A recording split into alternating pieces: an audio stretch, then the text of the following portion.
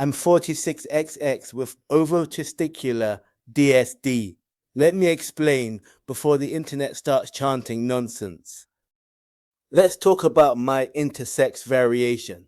And before anyone starts sweating, panicking, clutching a GCSE biology textbook like it's holy scripture, relax. We're not entering a horror film.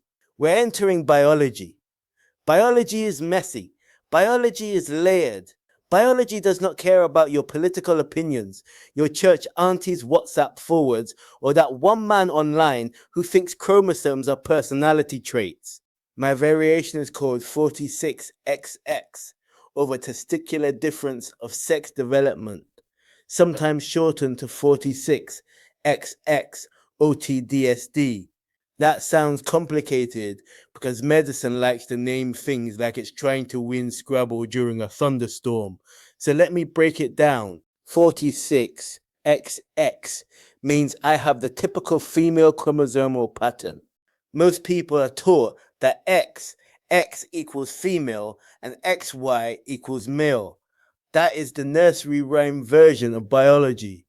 It is not entirely useless, but it is painfully incomplete. It is the biological equivalent of saying cars have wheels, then acting shocked when someone shows you a boat, a plane, or mobility scooter. Yes, I'm 46XX. But chromosomes are not the entire story, because in my case, my body also developed both ovarian and testicular tissue. That is where the word ovo-testicular comes in. Ovo refers to ovarian tissue. Testicular refers to testicular tissue. Some people with this variation may have ovarian tissue on one side and testicular tissue on the other. Some may have a gonad called an ovotestis, where ovarian and testicular tissue exist together in one gonad. The body basically said, why choose one biological pathway when I can produce a limited edition? And here is the important bit. This does not mean I am confused. This does not mean I am pretending. This does not mean I am half anything in a cartoonish sense. It means my sex development did not follow the narrow pathway people were taught to expect.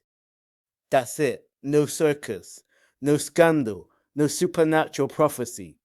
Just human biology being more complex than the average comment section can survive. Now let's get personal. I was assigned female at birth. I was raised exclusively as female. There was no secret male childhood. There was no raised as both. There was no dramatic gender experiment conducted in a candlelit laboratory by suspicious doctors with tiny spectacles. I was raised as a girl, socially, culturally, legally, and personally. That was the category placed on me from birth. But my body was not as simple as the paperwork wanted it to be. This is why intersex experiences matter. Because society loves paperwork more than truth. It loves neat boxes. It loves tick forms. It loves pretending every human body arrives like a product with only two models, pink box or blue box, batteries included, no assembly required. But some of us arrive as footnotes to the lie. Some of us arrive as evidence that sex is real, yes, but not always binary in the clean cartoon way people pretend. Let me say that again because somebody's uncle is already typing. Sex is real, biology is real, and biological sex is more complex than XX means this, XY means that. Shut up and stop asking questions. That is not science. That is intellectual laziness wearing a lab coat from Amazon. In 46, XX ovotesticular DSD, a person has XX chromosomes, but their gonadal development includes both ovarian and testicular tissue. Testicular tissue can produce testosterone. That means the body may be influenced by hormones typically associated with male development, even though the chromosomes are X that can affect physical development in different ways. Some people with this variation may have external genitalia that look typically female. Some may have ambiguous genitalia. Some may have external genitalia that appear typically male. Some are assigned female, some are assigned male, some are diagnosed early, some only find out later. There is no one-size-fits-all intersex body. That is why it is dangerous when people talk about intersex variations like they're debating mythical creatures instead of real people with medical histories, families, childhoods, bodies, memories, trauma, and dignity. People hear intersex and immediately their brains turn into badly organized filing cabinets. They start asking invasive questions. They want diagrams. They want proof. They want medical records. They want to know what your genitals look like before they even know your favorite color. And let me be clear, nobody is entitled to that. Intersex people are not public property. Our bodies are not educational exhibits for strangers who fail biology, but somehow pass confidence. I can explain my variation without handing over my privacy like a museum brochure. So here is the clean version. I am intersex. I have an over-testicular difference of sex development. That means my body developed both ovarian and testicular tissue. I was assigned female at birth. I was raised exclusively as female, and my existence does not disappear because someone's worldview only has two drawers. Now, let's talk about the emotional side, because this is where people get uncomfortable. When you grow up, assigned female and raised female, people assume they understand your body. They assume your body belongs to a category they already recognize. They assume womanhood, girlhood, femininity, fertility, hormones, puberty, everything will all line up neatly like school children waiting for assembly. But intersex bodies often disturb that fantasy, not because we are wrong, because the fantasy was too small. A lot of people were taught biology as if it were a courtroom, male on one side, female on the other, and everyone else treated like evidence that must be dismissed. But real biology is more like a weather system. Patterns exist, yes. Categories exist, yes. But variation is not an error in the sky. Variation is part of the sky. My body is not a debate. My body is not a loophole. My body is not proof for whatever culture war somebody is trying to win this week. My body is my body, and this is where language matters. Some medical sources use the phrase disorder of sex development. Some people prefer difference of sex development. Some intersex people use DSD. Some reject it. Some prefer intersex. Some use very specific medical language only.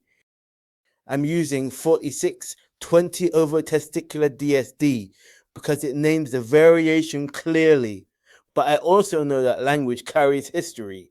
Medical language can help explain, but it can also make people feel like specimens. So when you talk about intersex people, remember, we are not just case studies with legs. We are people. We are not rare Pokemon. We are not political props. We are not gotcha arguments. We are not here so people can win debates about gender, sex, feminism, masculinity, womanhood, trans people, religion, or whatever new fire has broken out on the internet this morning. We are here because we exist, and existence does not need permission.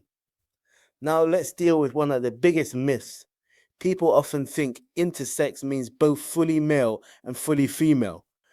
That is not how this works. Intersex is an umbrella term for many natural variations in sex characteristics.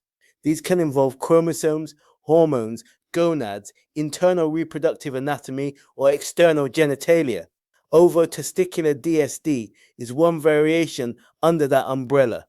In my case, the key point is gonadal tissue, ovarian and testicular tissue, not vibes, not aesthetics, not personality, not masculine energy, actual biological tissue. This matters because people often reduce sex to what they can see. They think if they look at someone, they know the truth of that person's body. But bodies are not always visible essays. Sometimes the deepest truths are internal. Sometimes the category is written in tissue, hormones, scars, scans, blood work, surgical notes, family silence, and the strange grief of knowing your body before language knew what to call it. Effort synced, and when you are raised exclusively female, there can be another layer, because people may look at you and think, well, you were raised female, so what's the issue? The issue is that being raised a certain way does not erase biology, and biology does not erase lived experience. Both are true. I was raised female, my chromosomes are XX. My body developed both ovarian and testicular tissue. These facts do not cancel each other out. They sit together. They complicate the story. They make the story honest.